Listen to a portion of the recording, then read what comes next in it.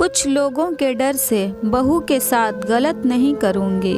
सुलेखा जी ने अपना खानदानी रानी हार तिजोरी में से निकाला और उसे प्यार से देखने लगी।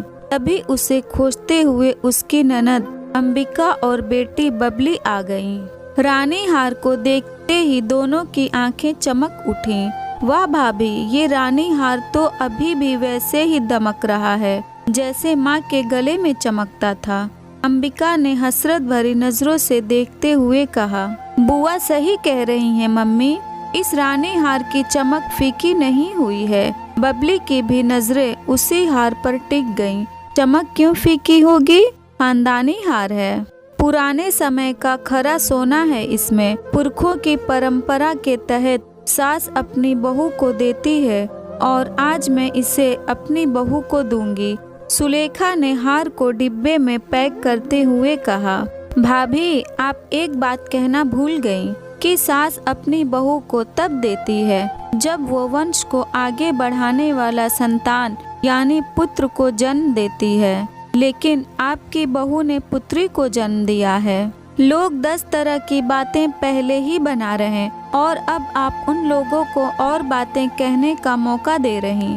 मेरी बात मानिए और यह रानी हार आप अपनी बबली को दे दीजिए। पहली बात, बबली आपकी ही बेटी है और इसने आपको बेटे की नानी बनाया है। पहली बार यह अपने बेटे को लेकर मायके आई है तो इसका भी कुछ हक बनता है।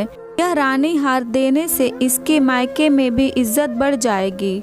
फिर बबली की ओर इशारा करते हुए अंबिका ने कहा, क्यों बबली, मैंने कुछ गलत कहा क्या? तुम्हें नहीं लगता कि इस रानी हार पर तुम्हारा हक है, ना कि तुम्हारी भाभी का जिसने खानदान को वंश ही नहीं दिया? मम्मी, बुआ सही कह रही हैं। क्या आप नहीं चाहते कि ससुराल में मेरी इज्जत बढ़े? आप यह रानी हार मुझे दे दो और भाभी को कोई अपने पास से हल्का हार निकाल कर दे दो।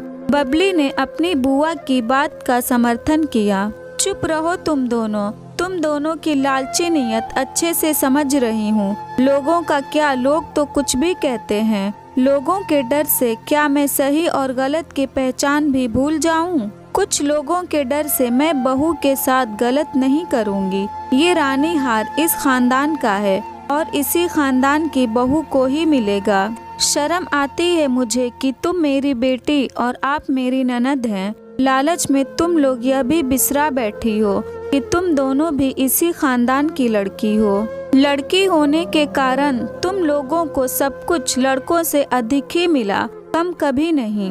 सुलेखा जी ने अंबिका और बबली को आड़े हाथ लिया। अंबिका, तुम तो बहुत समझदार हो और बबली की बातों में आ गई। बबली की नजरों में यह रानी हार तभी से खटक रहा है जब से इसे देखा। एक बार अपने ससुराल की शादी में उन पर अपनी अमीरी का रौब झाड़ने के लिए इसने मुझसे यह रानी हार मांगा था।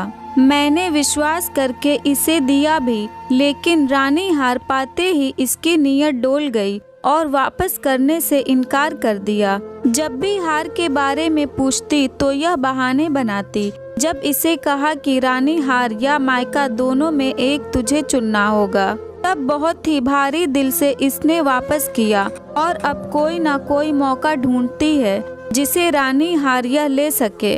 अब की बार इसने आपको बेवकूफ बनाया और अपने बातों में उलझा दिया कि लोग क्या कहेंगे। सुलेखा से सच्चाई सुनकर अंबिका ने गुस्से से बबली को देखा। वाह बबली, तुम तो बहुत होशियार निकली। लोग क्या कहेंगे, लोग क्या कहेंगे बोल बोल कर तुमने मुझे ही भाभी के सामने लालची बना दिया। बबली को अंबिका ने गुस्से से घूरते हुए कहा तो बबली सकपका गई। अपने ही जाल में वह खुद फंस गई।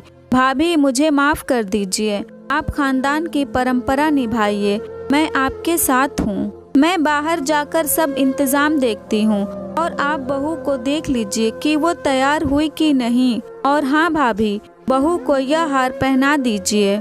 पूजा में बहू गुड़िया के साथ बैठेगी तो पुरखों का आशीर्वाद भी दोनों के साथ रहेगा। सुलेखा जी से माफी मांगते हुए अंबिका ने कहा और बबली को गुस्से से देखते हुए कहा, कुछ तो लोग कहेंगे ही, लेकिन होगा वही जो सही है। अंबिका और सुलेखा जी रानी हार के साथ कमरे से चली गईं और बबली अपने लालच की वजह से मायके में सम्मान खो बैठी।